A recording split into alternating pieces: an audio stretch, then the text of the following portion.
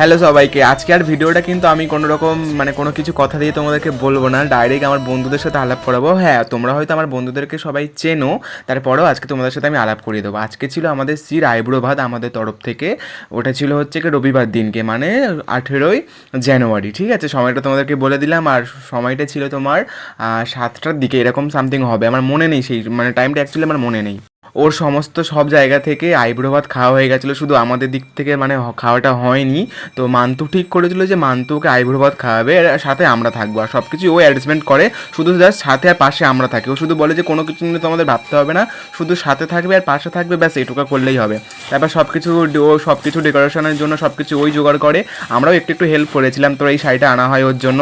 শাড়িটাতে পরে ওকে খুব খুব মিষ্টি লাগছিলো। তারপর এখানে আমরা রেডি করছিলাম ফুল, ওকে বরণ করা হবে বলে বরণ ডালাটা আমি সাজাচ্ছিলাম।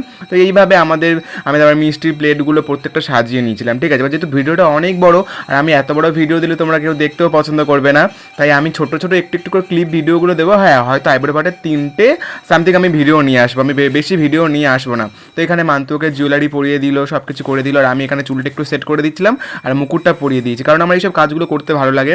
আর আমি খুব তাড়াতাড়িও একটা ব্রাইডালের কিছু নিয়ে আমি তোমাদের সবার সামনে আসবো। তো ভিডিওটা এই পর্যন্ত কেমন লাগলো তোমরা সবাই বলো। তোমরা ভালো থেকো, সুস্থ থেকো। নেক্সট পার্টে আবার দেখা হচ্ছে তোমাদের সবার।